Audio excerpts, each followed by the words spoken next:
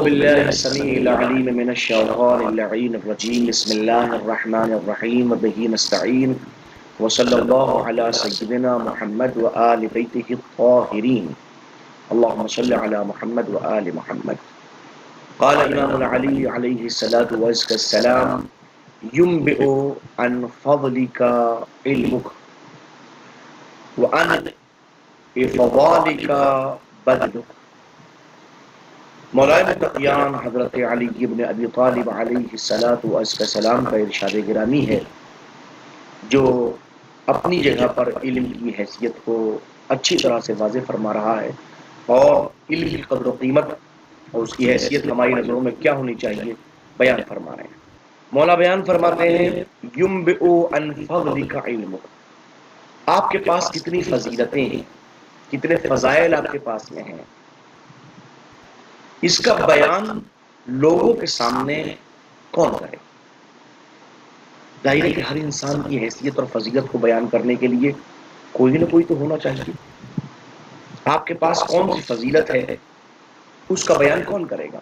فرماتا ہے یُنبِئُ فضلک، یُنبِئُ عن فضلک علمک، آپ کا علم ہے جو آپ کی فضیلتوں کو دوسروں کے سامنے لے کے آتا ہے۔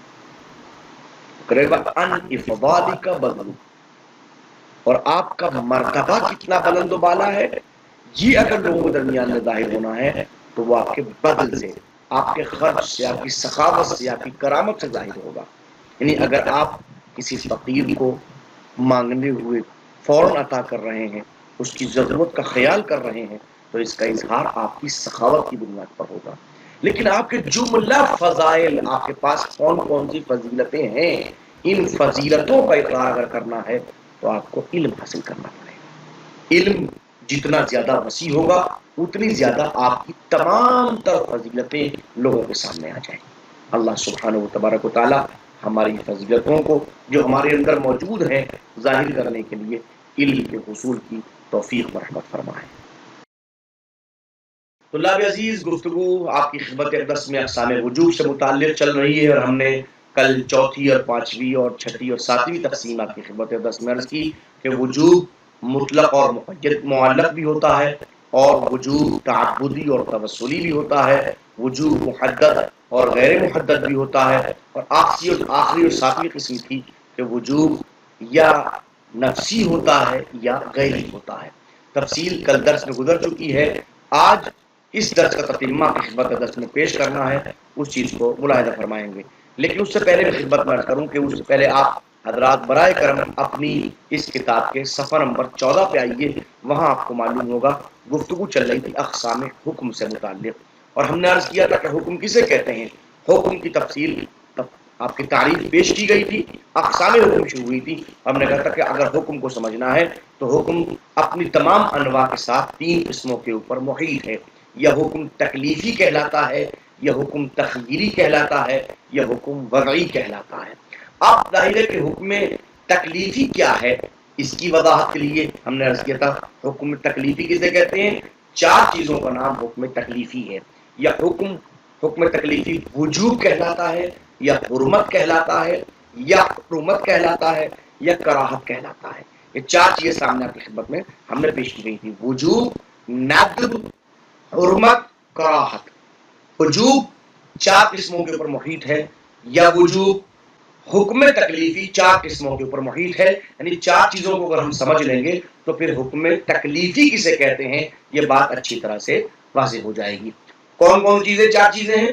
وہ 4 چیزیں یہ ہیں کہ یہ حکم وجوب کی شکل میں سامنے آتا ہے، یا استحباب اور ندب کی شکل میں سامنے آتا ہے، یا حرمت کی شکل میں سامنے آتا ہے، یا کراہت کی شکل میں سامنے آتا ہے۔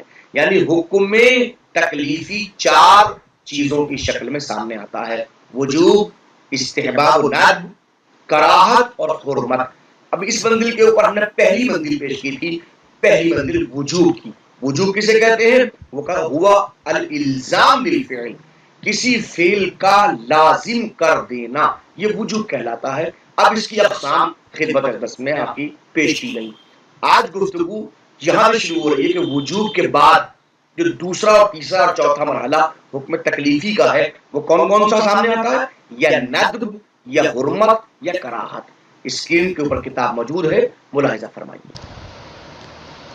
الف گزر چکا ہے، اب آئیے با، الندب، دوسری جو منزل ہے حکم تکلیفی کی وہ ندب ہے۔ ندب کسے کہتے ہیں؟ وہ الدعوہ الی الفعل، فعل کی طرف دعوت، یعنی کام کو کرنے کی طرف دعوت دینا، آدمی کو آمادہ کرنا کہ آپ یہ کام کیجئے، ٹھیک ہے، مگر کیسے؟ من غیر الزام، مگر اس دعوت میں الزام نہ پایا جائے۔ آپ نے دعوت دی، آپ نے کہا کہ آپ یہ کام کیجئے، یہ کام کرنا مناسب ہے، مگر بغیر الزام کے ہو، اس میں وہ چیز کو لازم نہ قرار دیا جائے، ضروری نہ کیا جائے۔ کالصلاۃ فی المسجد، جیسے نماز کو مسجد میں پڑھنا، تو مسجد میں پڑھنا یہ مستحب ہے، ندب ہے، آپ کے لیے بہتر ہے کہ آپ یہ کام کریں، لیکن لازمی نہیں کیا گیا کہ نماز مسجد میں ہی ہوگی، ایسا کچھ نہیں ہے۔ بات واضح ہوئی؟ تو حکم تکلیفی کی پہلی کیفیت وجوب تمام اقسام کی خدمت میں عرض کی جا چکی ہیں۔ دوسری منزل الندب یعنی کہ مستحب۔ جیم تیسری منزل جو ہے الحرمہ، حرمت ہے، یعنی حکم تکلیفی کی تیسری شکل جو ہے وہ حرمت ہے۔ کسے کہتے ہیں؟ بالکل برعکس، جیسے آپ نے ابھی واجب کو پڑھا تھا وَهُوَ الْإِلْزَامُ بِالْفِعْلِ، ایسے ہی بالکل حرمت کو وَهُوَ الْإِلْزَامُ بِالتَّرْکِ، جہاں ترک کو لازم کیا جائے، چھوڑ دینے کو ضروری تصور کیا جائے، جہاں کہا جائے وہاں کرنا ضروری تھا، یہاں نہ کرنا ضروری ہے، جس کا نہ کرنا ضروری ہو اس کو حرام کہتے ہیں، حرمت کہتے ہیں۔ کشرب الخمر، جیسے احسنتم ماشاء اللہ، جیسے شراب کا پینا، تو شراب کا پینا یہ حرام ہے۔ کیا مطلب ہے؟ اس کا الزام ترک کا ہے، فعل کا نہیں ہے، آپ کے لیے لازم ہے کہ اس کو چھوڑ دیں۔ دال حکم تکلیفی کی چوتھی کیفیت الکراہہ، کراہت ہے۔ کراہت کسے کہتے ہیں؟ اب ندب کا بالکل برعکس الٹا کر دیجئے، وہی دعوہ، یہ بھی دعوت کا نام ہے، کراہت دعوت، جیسے وہ ندب دعوت تھی ایسے ہی کراہت بھی دعوت ہے، مگر کسی الی ترک، ترک کی طرف، وہ فعل کی طرف دعوت تھی، یہ ترک کی طرف دعوت ہے کہ نہ کیا جائے اس کام کو، مگر من غیر الزام، مگر اس میں لزومی کیفیت کچھ نہ پائی جائے، وہاں الزام نہ ہو، ضروری نہ ہو کہ اس کام کو کرنا آپ کے لیے ضروری ہے۔ کل وضوء بالماء المسخن بالشمس، جیسے وضو کرنا اس پانی سے کہ جو سورج کی گرمی سے گرم ہو چکا ہے، جو سورج کی کرنوں سے گرم ہو چکا ہے، تو جو پانی سورج کی وجہ سے گرم ہو چکا ہے اس پانی سے وضو کرنا مکروہ ہے، یعنی کہ آپ بہتر ہے کہ اس کام کو ترک کر دیں، مگر اس میں الزام نہیں ہے، اگر کبھی مجبوری ہو جائے تو آپ کر بھی سکتے ہیں، کوئی پریشانی کی بات نہیں ہے۔ الحمدللہ حکم کی تکلیفی کی یہ کیفیت ختم ہو گئی۔ تو حکم کی 3 قسمیں تھی، حکم تکلیفی، الحمدللہ بات مکمل ہو گئی۔ اب آئی حکم کی کون سی قسمیں؟ حکم کی دوسری قسم ثانیاً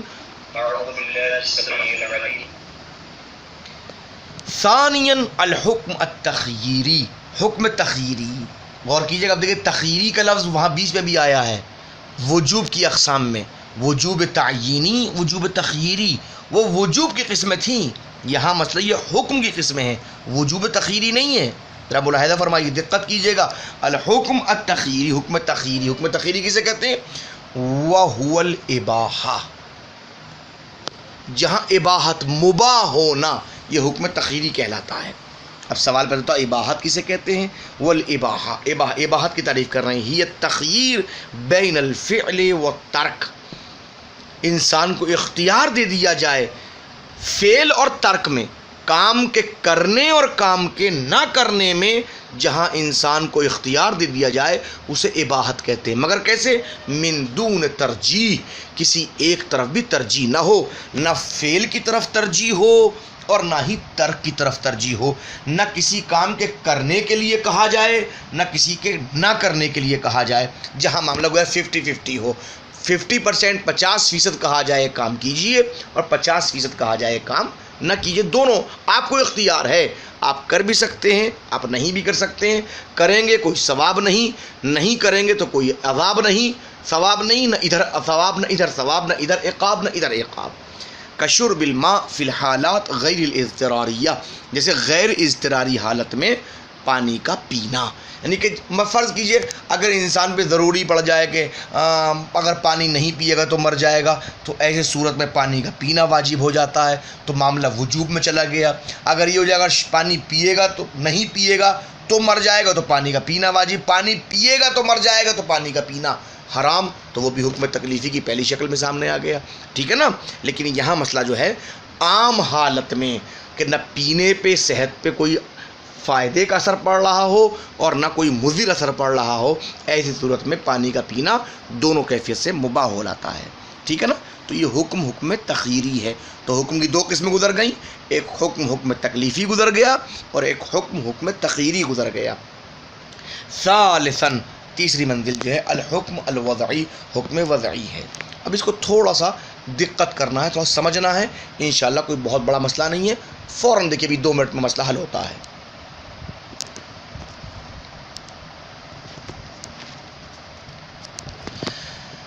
ثالث الحکم الوضعی، حکم وضعی وہو الاعتبار الشرعی. حکم وضعی کسے کہتے ہیں؟ ایک شرعی اعتبار کا نام حکم وضعی ہے. شریعت نے جس کو معتبر تصور کر لیا، بات سمجھیے گا، وہ حکم وضعی کہلاتا ہے. بات واضح ہوئی؟ سمجھیے گا. شریعت نے اس کو معتبر تصور کر لیا، شریعت نے کہا یہ ہے تو ہے. جس چیز کو بھی شریعت نے معتبر تصور، وہ حکم وضعی کہلاتا ہے. یہاں پر شریعت کے عنوان پہ باب اصول میں وہو الاعتبار الشرعی، اعتبار شرعی کا نام جو ہے وہ حکم وضعی ہے. مگر کون سا اعتبار شرعی؟ کون سا شریعت کا اعتبار کردہ؟ الذی لا یتضمن الاقتضاء والتخییر. وہ اعتبار کہ جس کے اندر نہ اقتضاء پایا جائے نہ تخییر پائی جائے. بھی اقتضاء تخییر کیا ہے؟ اب دیکھیں ملاحظہ فرمائیے، آپ نے حکم کی ابھی 2 قسمیں پہلے پڑھی ہیں. ایک حکم تکلیفی ہے.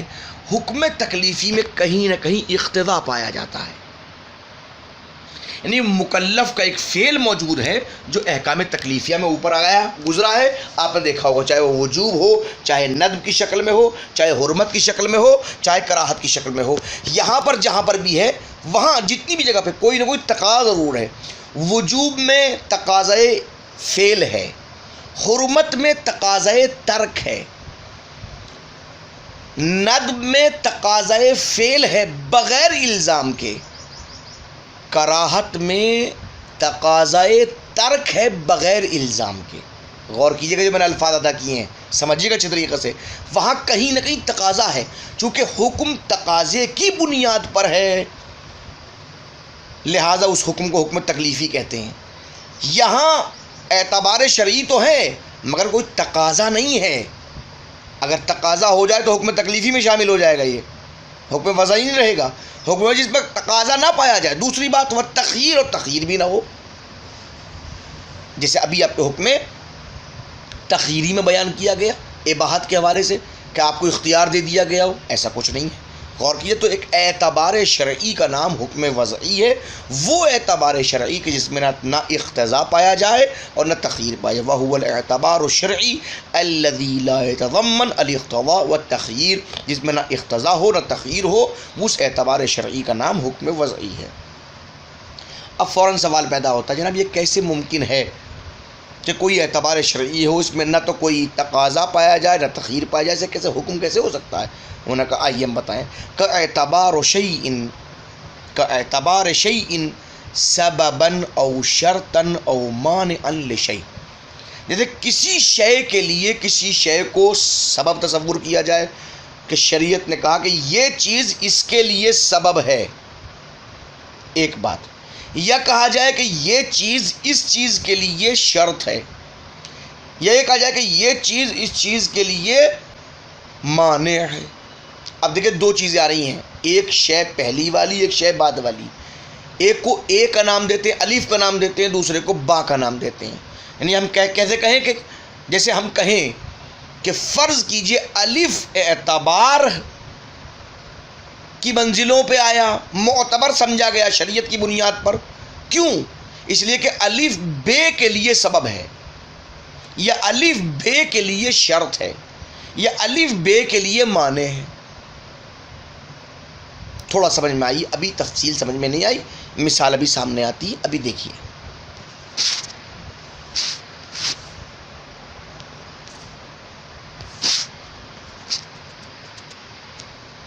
لشیء آخر، یہ لفظ آخر کا تعلق شے سے، شے کی صفت واقع، یعنی کہ ایک چیز دوسری چیز کے لیے، لفظ دوسری کا ترجمہ آخر ہوتا ہے، ٹھیک ہے. جیسے میں نے کہا الف بے کے لیے شرط ہو، یا بے کے لیے سبب ہو، یا بے کے لیے معنی ہو. اب دیکھو تینوں مثال دے دی انہوں نے، اب ملاحظہ فرمائیے. امثال، اب تینوں مثالیں دیں. اعتبار السرقہ سببا لقطع الید، شریعت نے چوری کو معتبر تصور کیا ہے، اعتبار تصور کیا، اعتبار دے دیا. کس بات کا اعتبار؟ سبباً، بعنوان سبب، کہ چوری سبب ہے. الف سبب بن گیا کس کے لیے؟ باغ. باغ کون سی ہے؟ لقطع الید، ہاتھ کے کاٹنے کے لیے. یہ حکم وضعی ہے، یہ حکم وضعی ہے کہ یہاں پر چوری کو سبب قرار دیا گیا ہے قطع ید کا، یعنی ہاتھ کے کاٹنے کا. اگر کوئی چوری کرے گا تو اس کے ہاتھ کاٹے جائیں گے. کہاں کہا ہے؟ بقولہ تعالی، اللہ نے اس قول میں کہا ہے والسارق والسارقۃ فاقطعوا ایدیہما، چور اور چورنی ان دونوں کے ہاتھوں کو کاٹ دو. حکم ہے کہ نہیں ہے؟ حکم ہے. کون سا حکم ہے؟ کہ یہ حکم وضعی ہے. یہ حکم تکلیفی نہیں ہے، یہ تخیری نہیں ہے، وضعی ہے. وضعی کسے کہ نہیں کہ شریعت نے اعتبار تصور کیا، شریعت نے معتبر سمجھا. کس بات کو معتبر سمجھا؟ کہ اگر کوئی چور ہو تو اس کا چور کا چوری کرنا سبب ہے قطع ید کا. یہ پہلی منزل. کب؟ جب ایک چیز دوسری چیز کے لیے سبب قرار پائے. ٹھیک ہے نا. وہ اعتبار الاستطاعہ شرطا لوجوب الحج. اب یہ دیکھیے وہاں تو سبب کی بات تھی، اب یہ شرط کی بات آ گئی کہ جہاں شریعت نے استطاعت کو معتبر جانا ہے. کس بات کے لیے؟ بعنوان شرط، کہ استطاعت شرط ہے لوجوب الحج، حج کے وجوب. کہ جہاں الف شرط ہو جائے با کے لیے، استطاعت شرط ہو گئی وجوب حج کے لیے. کہاں کہا ہے؟ بقولہ تعالی، اللہ نے اس قول میں کہا ہے وَلِلَّهِ عَلَى النَّاسِ حِجُّ الْبَيْتِ مَنِ اسْتَطَاعَ إِلَيْهِ سَبِيلًا، اللہ کی طرف سے لوگوں کے اوپر حج بیت واجب ہے، مگر کس کے لیے؟